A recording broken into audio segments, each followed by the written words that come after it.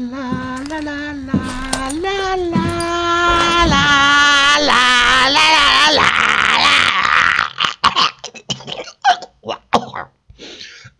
Salut les petits gnous, c'est Garga. Alors dans cette vidéo nous allons parler du drama qui a opposé l'odieux Zioclo, alias le gland-gourou, alias Ziozio, à l'atroce Franck Brusset, alias Hamster Jovial, alias Franticou. Alors, qu'est-ce que c'est que t'as donné? Non disponible, réclamation pour atteinte au droit d'auteur envoyée par Franck Brusset. Oh bah lui, ouais, t'es pas joueur, Franticou, qu'est-ce qui se passe? Un humoriste qui a pas le sens de l'humour, on fait quoi avec?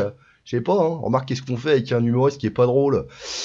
Ouais, bah remarque un humoriste qui est pas drôle, pour continuer à exister, il se démerde pour faire de l'activisme de bas étage, hein. Bon, alors moi personnellement j'avais complètement oublié l'existence de ce machin-là. Ouais, j'avais regardé à l'époque où il était à peu près rigolo, donc les 3-4 premiers épisodes de Terrain Trash, et puis depuis j'avais oublié quoi. Au mieux je me disais peut-être qu'il sèche dans un coin comme ça sans faire chier le monde, mais apparemment il en fait chier certains, et visiblement il a pas séché, hein, parce que je disais hamster jovial, mais en fait c'est un petit peu hamster pervers là, hein, quand même. C'est X-Hamster, hein. Ah, il est mignon les Mi-Wings, hein. Je sais pas de quel rectum il sort, mais alors, ouais. Bon, alors, comme il est taquin, on va mettre le filtre anti-claim. On va même mettre un petit peu de musique sans droit d'auteur, parce que c'est moi que je l'ai bricolé, Doom Doom. Et puis on va mettre ça, alors ça va être très rapide, hein, c'est du faire use, parce que du coup on va pas s'occuper du drama, on va juste rebondir sur un truc. Il s'agit d'un jeu dans l'univers de Harry Potter créé par J.K. Rowling. Ok, Harry Potter, J.K. Rowling. J'adore l'humour, dans 20-30 ans il y en a plus. L'humour comme ça va pas me manquer, hein, personnellement, je sais pas vous, mais bon. Harry Potter. Non mais calme-toi, Harry Butters, c'est ça que tu dis. Oh bordel, mais c'est pas du boulot ça. Oh là là, et puis en plus, hein, je veux dire, en fait je disais hamster pervers, non là c'est hamster tueur en série là, il fait flipper là, hein, la contraction de la babine là, ouais, avec le regard de poisson mort, j'ai l'impression qu'il va me sauter à la gueule pour se faire un string avec la peau de mon dos. Plus rien ne va. Ok, ouais, je disais Harry Potter. Quand tu dis Harry Potter, tu dis pas ça après, hein, parce que si tu veux faire l'anglophone, vas-y jusqu'au bout, mon petit lapin. Colère et qui se filment en train de brûler leur Nike neuve. Ah, tu dis pas Nike. Ah, si tu veux faire I'm very good in English, I'm fluent in English, tu dis Nike, you snobbish cocksucker. Tu dis pas Nike, hein? Non mais vas-y jusqu'au bout au moins, espèce d'imbécile snob. Tiens d'ailleurs snob, allez, aujourd'hui nous allons apprendre un mot. Ce mot nous ne le connaissons pas, dis-nous le petit Jeanne, gna gna gna. Ok, oui elle était bien mon imitation, hein. Donc snob c'est une contraction du terme latin sine nobilitate que l'on doit à nos amis britons.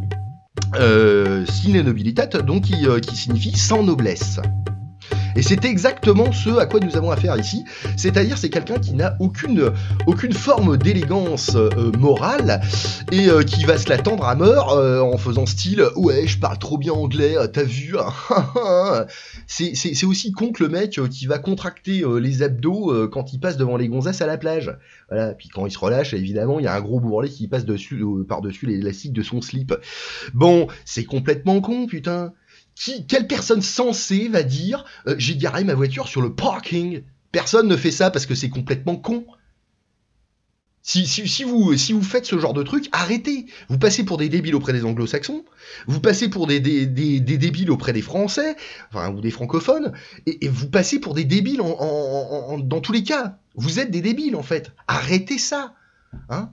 Quand tu parles français, tu utilises l'accent français.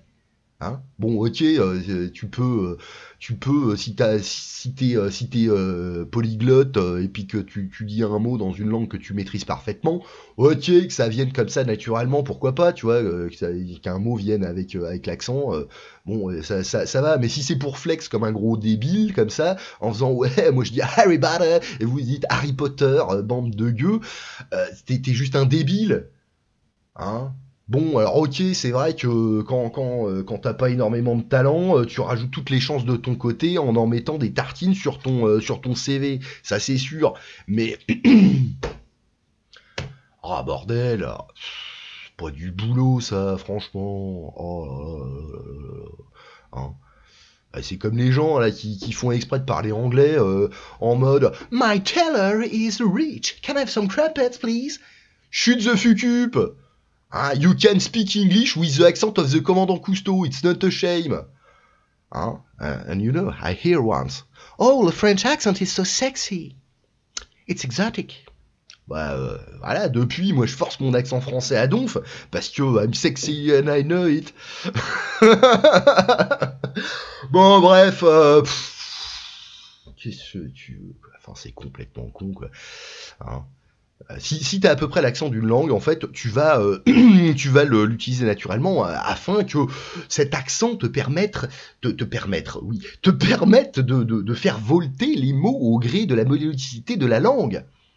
Mais c'est pas une obligation non plus. Hein. Bon, c'est sûr que des fois ça peut permettre d'avoir une conversation plus souple qu'avec The Accent of the Commandant Cousteau. Mais bon, hein, si c'est forcé, c'est ridicule. Bon, je sais pas, j'ai rien de plus à dire, donc je vais rien dire de plus. Voilà, donc bisous les petits gnous. Et n'oubliez pas, le French accent is so sexy.